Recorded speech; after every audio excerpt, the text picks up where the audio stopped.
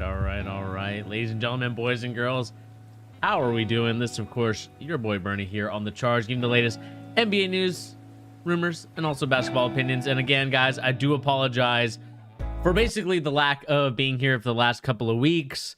Ever since basketball season started for all teams, whether it was JV, varsity, C team, for my school, I'm gonna tell you right now, I've been really busy with that stuff, just like for video stuff, coaching wise, and just kind of getting my brain into coaching mode again. So I do apologize for what's going on in The Charge right now. And I'm thinking for a little bit about how I want to move forward with the channel. I think that there's a lot of things that I like to do. There's a lot of things that I want to do, but I just need to find something that fits maybe with more of the coaching side of what I like. And that might be something that I'm going to gear my channel towards more. Still will be watching the NBA, still will be looking at it, still will be having the NBA League Pass or just watching games here and there. Hopefully, we'll have some good games coming up this week to watch. But I just think that makes the most sense at this point. And, like I said, I do apologize to everybody here that, again, I have not been on top of my stuff when it comes to, really paying attention to this channel. So, again, I do apologize for, again, not being here for the whole time. Sean with the non-fungibles, yes. We will be doing a Top Shot pack opening. Not only do we have a one pack, we got two. We got two packs to open here on The Charge. But again, I did want to apologize to all my subscribers and to everybody that's been with me through this whole journey since 2017. It's definitely been a blessing, whether we have one subscriber, whether we have 755, 56, doesn't matter. Again, I do appreciate each and every one of you that has tuned in. Follow the channel, hit that subscribe button, because again, guys, your subscriptions, your guys' ability to like the videos, everything that goes on, it definitely doesn't go unnoticed, and I do appreciate you guys. And again, I am sorry that really I haven't been on this channel for the longest time, for about a couple weeks now. But again, I really want to get to a point where, kind of just where I feel coaching and maybe this channel can somewhat coexist together. Which I think would make it easier for me to kind of just see things and also help my coaching as well, just kind of learn and maybe talk to you guys about one of the sort of situations there. But nevertheless, let's get right into what we're here to talk about today. And of course, the day we're talking about non-fungible tokens, Top Shot, NBA Top Shot. Let's move right into it. Let me hit the live scene really quick. And we are here, guys, and we're going to be opening up two packs right here. You guys see that? We have the pre-order pack, and we also have the Cool Cats drop. So we should be able to get a little something in these packs. So without further ado, guys, ladies and gentlemen, boys and girls, let's get right into the first pack on opening. And we're going to start off with our pre-order pack, because I feel like this one's going to be maybe not as maybe anticlimactic as most packs, but let's see what we get out of this pre-order pack. Here we go.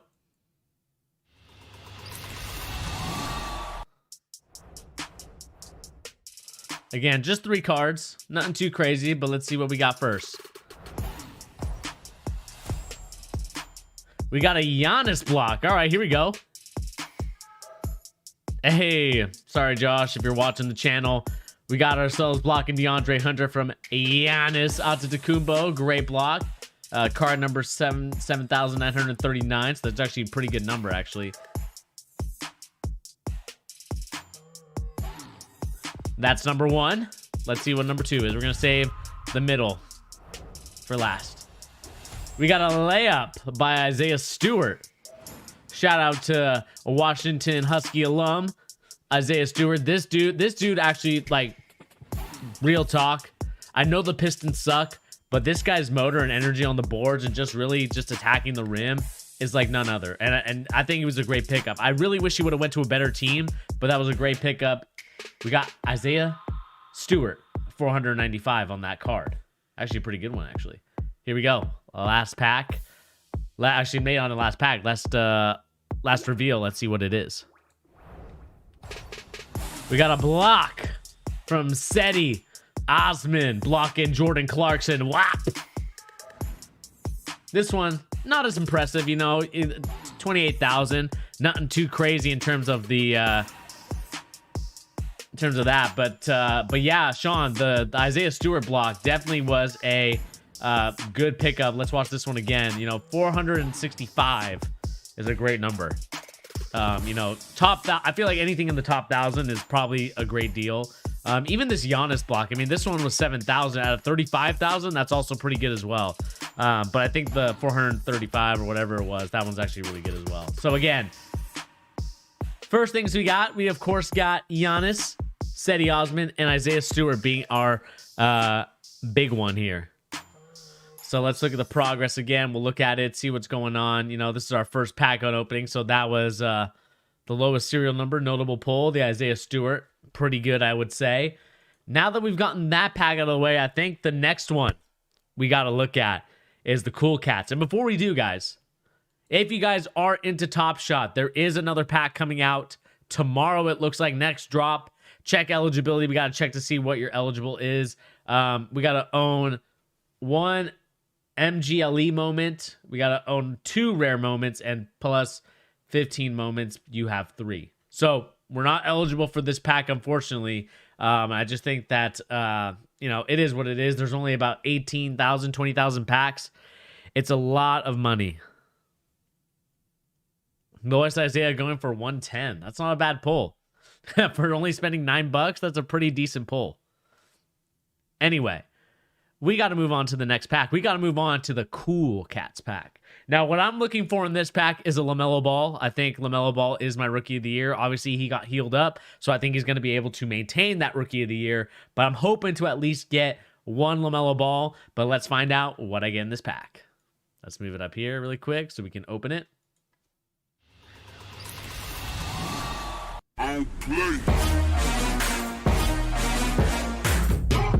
We got 5. Let's open up number 1.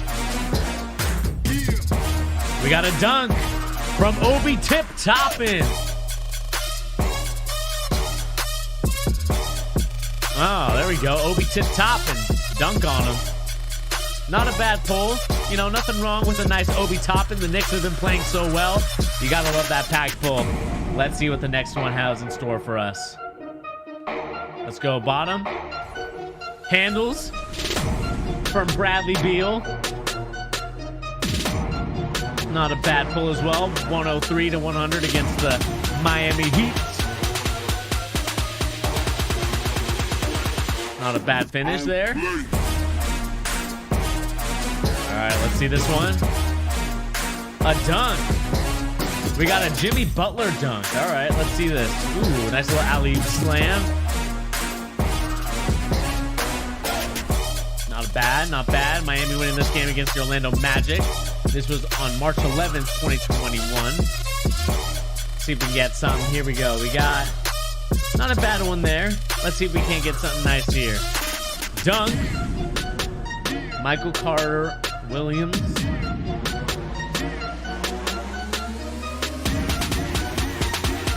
Not bad. Now here we go. Last one. Come on now. It needs to be good. Assist from my boy Chris Paul. Number 1,262. Not a bad pull there. To my guy, Frank the Tank Lasagna Man Kaminsky. Not a bad pull as well. And that's basically it, guys. I mean, that's kind of our pulls right now. Nothing too crazy. I think our lowest serial number and kind of our best pull here is this Chris Paul assist. I want to see how much this card is going for. I mean, let's see if we can even see. I don't even know if we can see how much this card is going for. We can definitely look at this and just kind of look at what this Chris Paul assist is going for on the marketplace. I don't think this one should be going by too much. I mean, Sean was telling me that the Isaiah Stewart I pulled, especially being such a low serial number, definitely is a better pull. And again, we'll see where Chris Paul assist. You know, we'll look up Chris Paul, see where that assist comes in. Oh, I just hit plays for sale. All right, I'll head back there to my collection. Let's see here. Go to my collection really quick. This is kind of our collection so far that I have. I have my Tyrese Halliburton. I have my Taco Fall. This is probably one of my favorite ones out there on the market. Probably blocking Russell Westbrook. That was a good one. That one I'm actually going to give as a gift to my sister for that one. But again, not a bad Giannis pull. But again, we'll go to that Chris Paul assist. Again, this was the Cool Cat one. Let's see how much it is. So let's see here. You said place for sale. Then I'll let you see how much.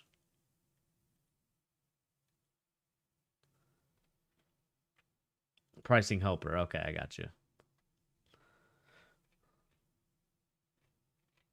I mean, not bad. I mean, let's see here. Mine was number... I can't even see what mine was. I mean, let's kind of look at... Let's see here. Mine was number 1,200. So let's look up here. Mine was 1,000, right? So let's look up.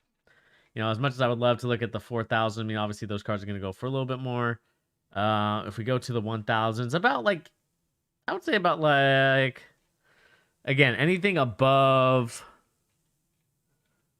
1,000 mark. Let's see here how much this card is going for. Yeah, we'll go up a little bit. Scroll up. Again, not a bad price pool. It's going to be more than $100, I would look like. I mean, 63, okay. Not too bad. I mean, we're going to get...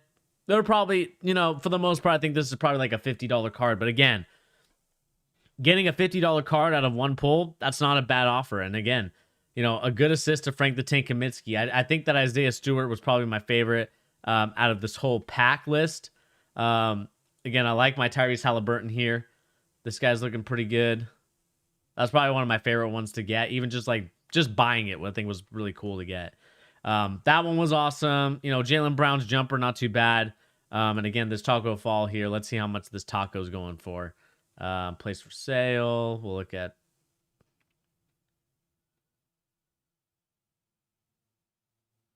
Just kind of look at. Yeah, we'll hodl this thing.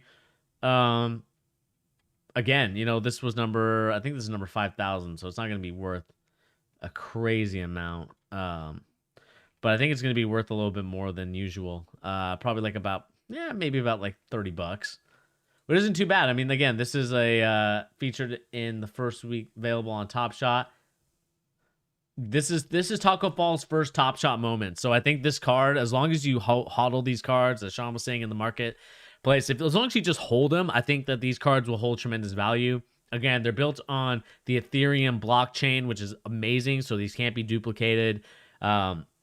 Not trying to upsell you on this because, you know, Top Shot has a lot of problems that I kind of dealt with in terms of, you know, just the Dapper, that they've teamed up with Dapper. You know, I'm not a big fan of Dapper, not trying to criticize. I mean, the only thing I'm criticizing about is just the process of, you know, just trying to get it. And so I think it does make it a little bit harder, but it is nice to see that they're starting to get a little bit better with not only just bots, but also dealing with the sort of heavy traffic that this sort of product brings.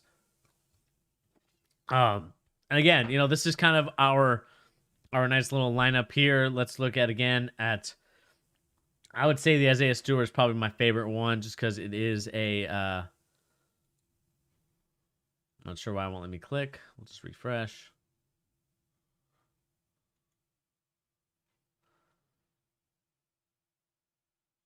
We got 5 moments there. Wasn't my favorite, but again, just gonna have to roll with the punches on that one. We'll exit out of here and we'll go here. And we'll look at our moments once again. A couple moments. We'll look at this Isaiah Stewart and place for sale. And that one was 4 something. So it's gonna be worth a pretty penny. I mean, again, nothing too crazy. Probably gonna be worth about $200 now. But I do think that this is probably one of the rarer cards. I mean, this is player qualifies for all 3 rookie badges. Again, his first Top Shot moment. For any of you Husky fans out there, this could be a nice collection to add to your, you know, to your NBA Top Shot moments. You know, eventually I could see them doing something for the NBA. I can't remember, Sean. Who was doing the Jalen Suggs half court shot? Because that to me was probably a great one. So I think I just showed you, Sean, but his price or place for sale, again, price helper. You know, the number 2 card in the world is worth $4,000. So it doesn't hurt too bad to have number 4 something. Because I think, like you said, the value of the card is going to go up. I mean, I got like 470 something, maybe even less. I think it was 430, 465. All right. So if we place for sale again, look at the price helper. 465 is going to be, I would say probably around that 200. Like, you probably could finesse it for a little bit more. But I think this is, again, especially as these cards become valuable in terms of putting them into packs and putting them into kind of rookie sets to get another player, I think these cards will hold even more value. Again, this is something new. This is something that I think they're trying to change the marketplace in terms of trading cards. This is going to take the place of trading cards eventually. I know that they've done NFT, like live NFTs that people have started hanging up on their wall. But again, this is a great card to have. 465, great value to spending about total, I think like 20 something bucks on both of those packs. And it was a great pickup. I mean, again, Top Shot, although it has its moments, I just think it is a lot of, I would say, ask for moments. I mean, if we look at there, we got about eight moments, but we need MGLE moments. I mean, let's see how much like just the cheapest MGLE moment is. If we go to the marketplace, can we sort by filters? And I think we can look up by sets. MGLE. I don't even see the MGLE.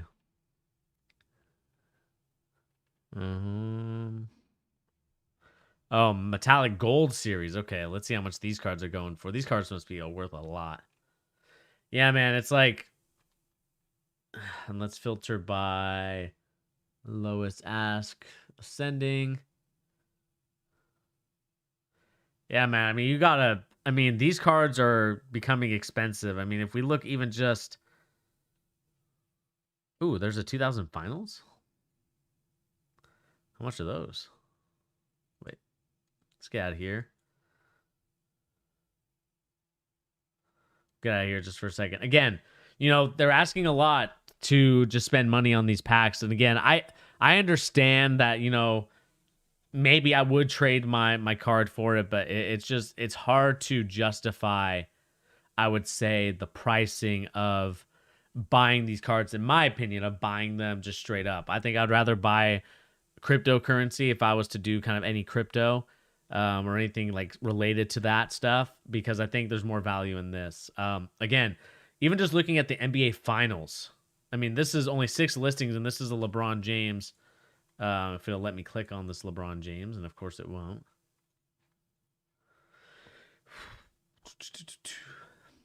Again, I'm on Wi-Fi, which sucks because I would love to not be on Wi-Fi. For some reason I am, so I do apologize if the stream seems a little slow today. But 77,000 for this LeBron James card. I mean, the lowest card on this 2020 finals is Danny Green assist, which is worth like 4,000. I mean, getting one of those is probably like, a dream come true. And again, as we kind of continue to proceed to give you what you need on the channel, this is kind of what we're also going to get from the channel as well. Some Top Shot stuff.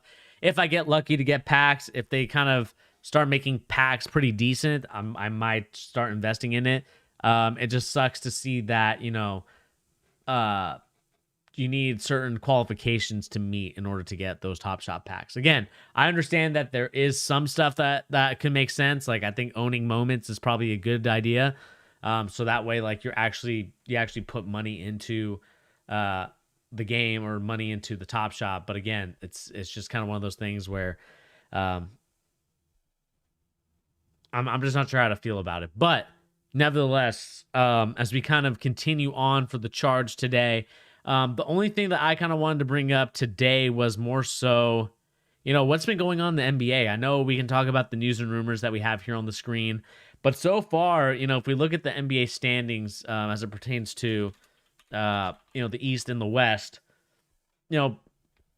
Philadelphia and Brooklyn, I think for me, my concern with Brooklyn, just kind of watching them over the past couple of weeks, one has been the healthiness of both Kevin Durant and the availability of Kyrie Irving. I know that those two guys are tremendous ball players, and even James Harden, he just had a setback in his workouts just earlier today, And you can see that it's clearly affecting the Brooklyn Nets in terms of getting some team chemistry before the playoffs start. I mean, in all the games so far, I think all three of those guys have played in 18 total games. In a very shortened season, that's a lot of games.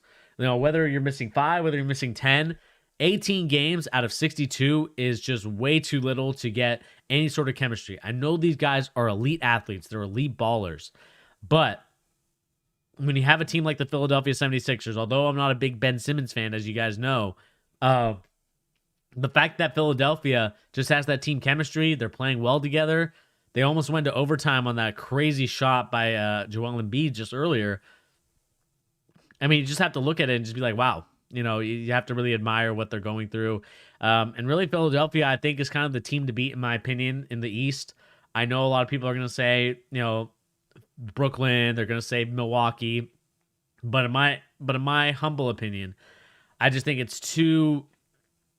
They haven't played enough games together, and I feel like you do need to play a certain amount of games in order to get to that championship. So, in my opinion, I think that those guys are out. And I do think the 76ers will win. It just depends on like how they decide to play Ben Simmons, because you know Brooklyn has offensively so much talent, but defensively is where they get killed. Again, the rebounding is what's really killing the Brooklyn Nets at this point because of how long the rebounds go. You know, some guys just don't want to go get the ball when it's up in the air, and it's just hard to play that way. And you know, Brooklyn defensively is just kind of a liability at times. And with the injuries to Kevin Durant, and like I said, the uncertainty of Kyrie Irving, and just the injuries to James Harden as well, you know, are we going to get the best Brooklyn Nets team out there? And I just don't know if that's going to be the case. So we'll see what happens. Again, going over more towards my Boston Celtics, they finally made some sort of trade. They got Evan Fournier for some of the trade compensation and some second-round picks. We're probably not going to keep them. We also got rid of Daniel Theis, inserted Robert Williams into the starting lineup, and I thought that was a tremendous move. I think Daniel Theis was more of a backup center, and I thought that Robert Williams plays pretty well as the starting center. My only concern, and you know, I've seen Jaylen Brown and Jason Tatum right now. They've been hitting, they've been balling. But at the same time, is that going to be enough to get over the hump of a Miami Heat team who's looking spicy right now, the way that they've been playing? I think that they're definitely in contention for another dark horse sort of race to get back into the NBA Finals. I like that team a lot, even with an injured Victor Oladipo. I think if healthy, Victor Oladipo makes them a much better team. You know, there's concerns about Tyler Hero not really living up to the expectations. And I think a lot of the Miami Heat organization is probably regretting not trading Tyler Hero for James Harden. Which is strange because, you know, the Miami Heat are built such on a kind of misfit toys thing that even doesn't matter what the age of the player is. They still play to that ability. So it's really interesting to see that they didn't try and even make that trade. So we'll see what happens. Should the Hawks just tank now if Young's out for a while? I need to see like the actual standings. Like, let me look at like where everyone's at, like kind of seed wise.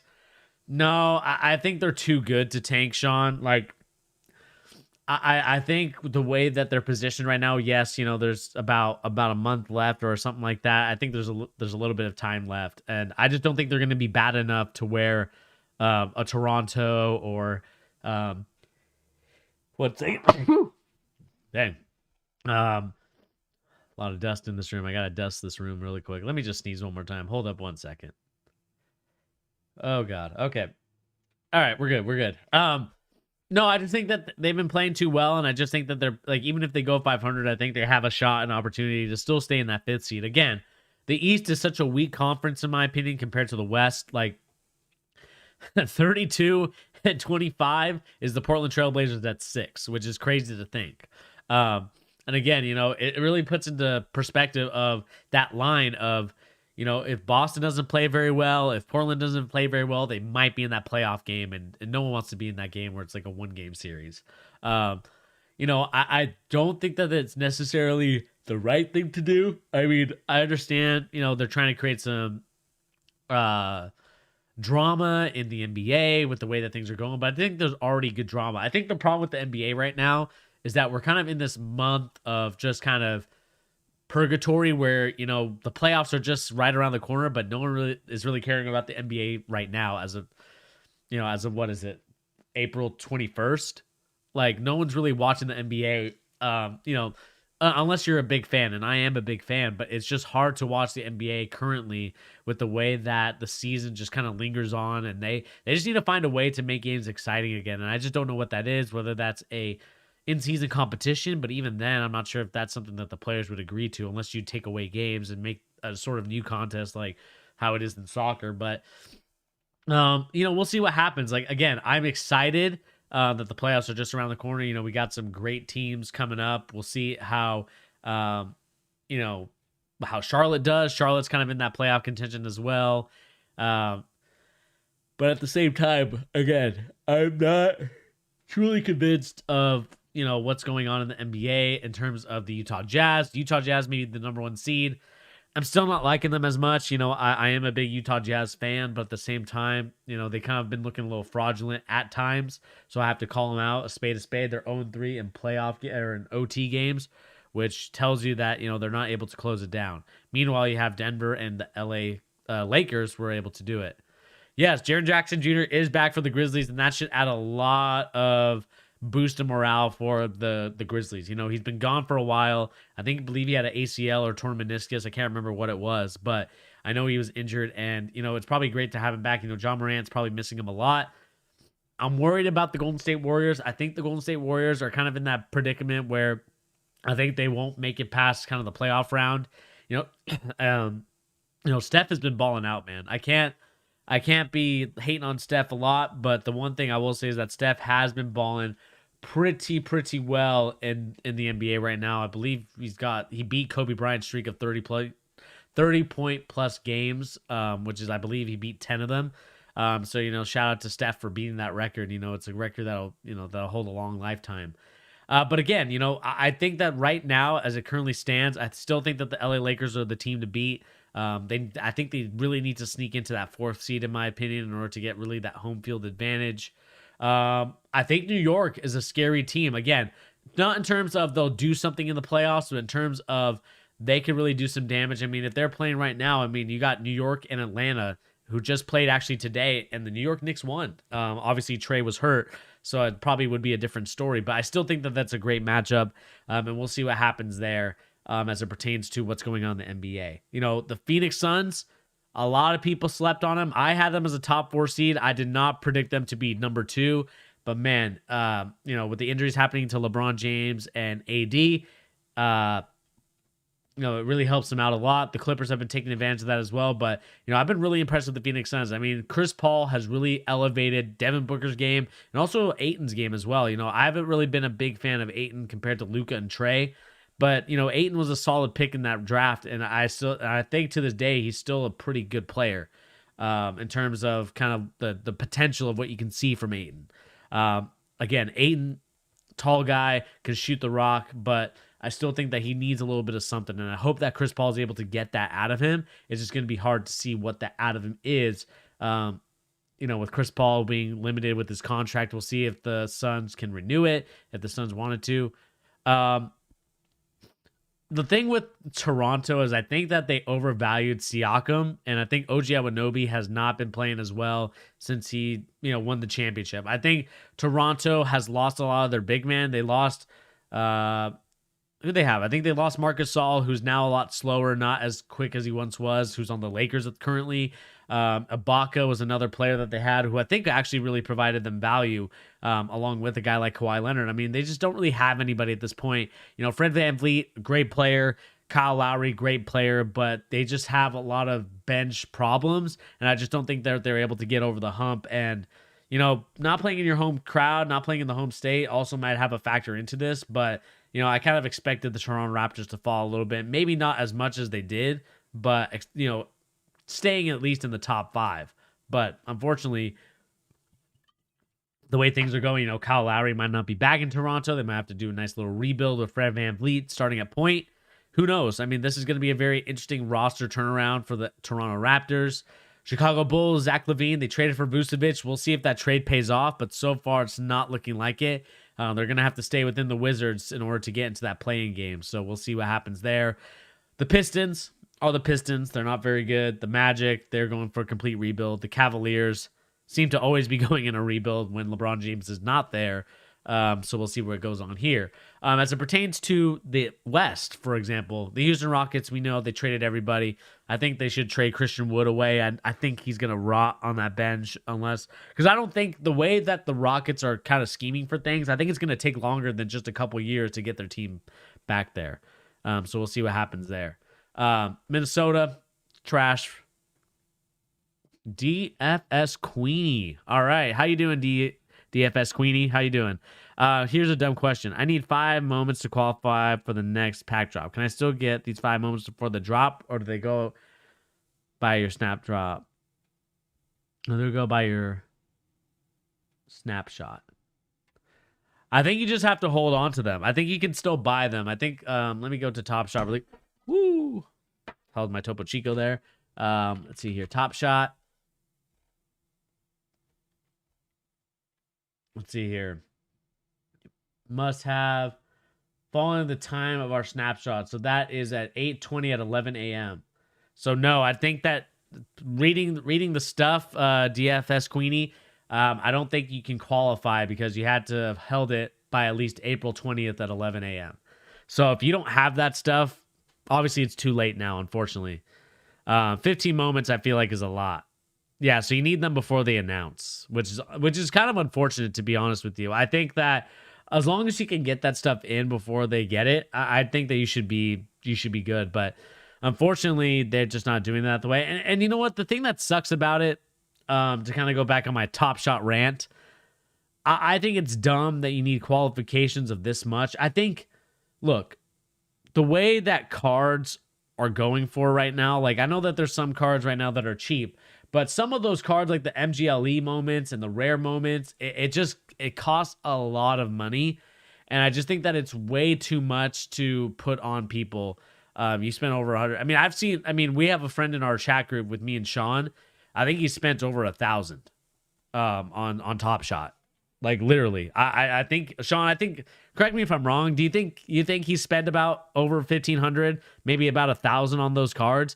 Because it's just, I think it's a lot of money to get into, and it's just one of those things that, people don't really have. I mean, I understand that, they're trying to, get their user base up and get more people into it, but I think you have to make it more available for a lot of people. I just think that only having one, having them, the one over 100 was one of the qualifications too.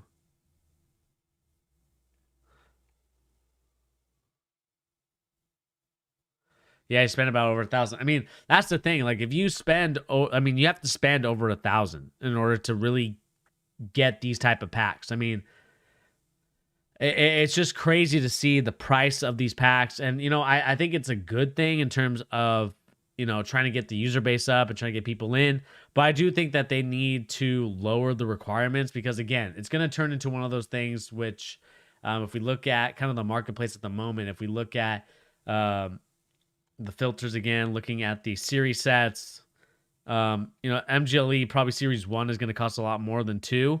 And let's see here. Let's go to metallic gold series 1. I mean, these cards are probably going for a lot. Even with kind of the way that things are going right now. Again, $279 for a Cedi Osman. A Daniel Theis is going for $290. I mean, it's just kind of a crazy amount of money to be spending on these stuff. And again, I like this stuff. I think it's a cool concept. I think it's a cool idea. But at the same time, if we look at kind of the Series 2 again, if we go back to it, let's see here. Going to the Series 2, $200 for Michael Carter Williams. I'm not really looking to get a Michael Carter Williams.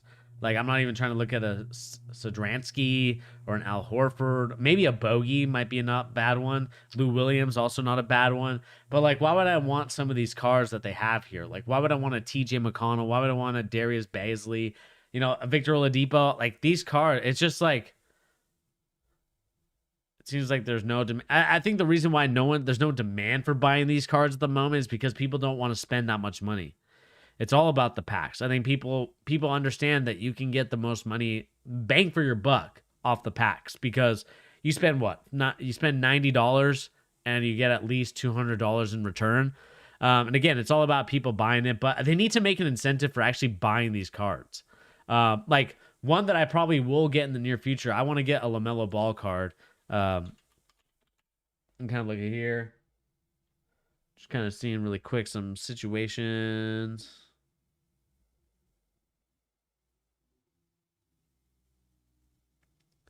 Let's see here.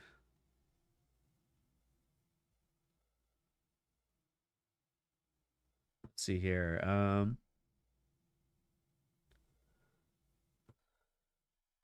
Let's see here. LaMelo Ball. Like I will probably buy this layup from LaMelo. I don't think it's a good one. Actually, I think it might actually be.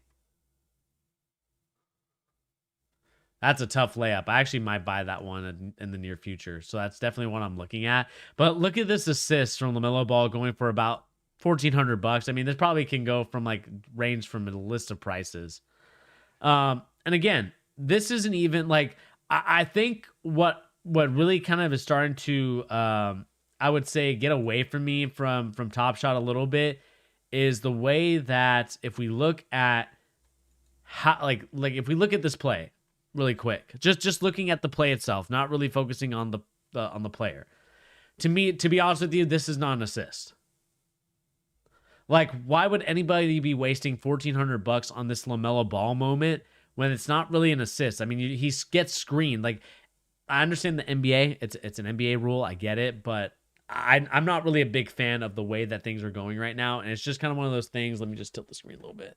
I'm not really a huge fan of these type of moments because why would I want to spend $1,400 on a LaMelo Ball when he does that? Like, I mean, he didn't really do anything. Yeah, he gave him the ball to him, but he came off the screen. So again, I will probably be buying this LaMelo Ball. I think this one's actually a pretty cool one. I'm not sure how much they go for in terms of just generally. Obviously, the higher you go into those moments, the more cheaper it is. But you know, as you continue to go on and look at kind of the pricing for these cards, I might sell some of these other ones to get this LaMelo Ball. And again, you probably have to go all the way into like the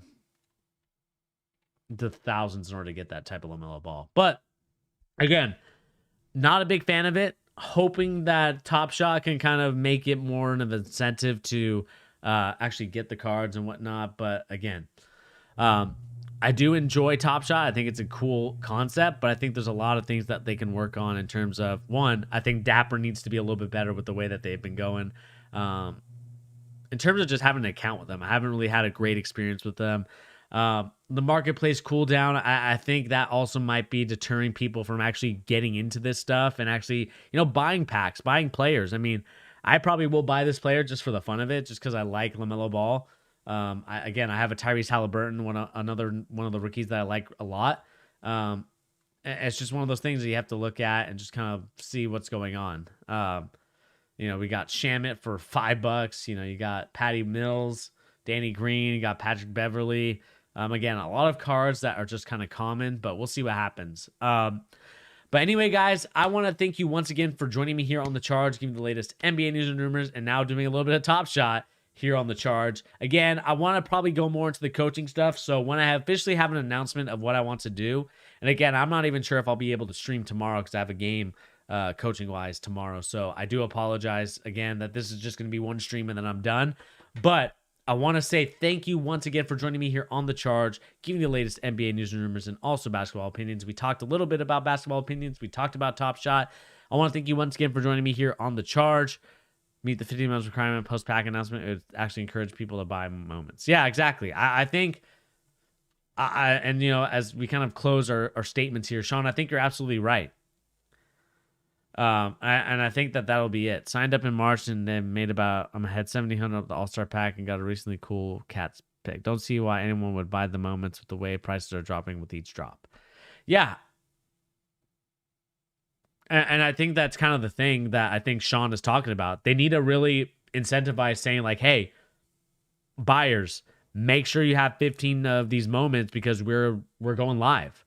And I think that's probably more of an incentive for like people to actually buy these cards, to actually want to get it.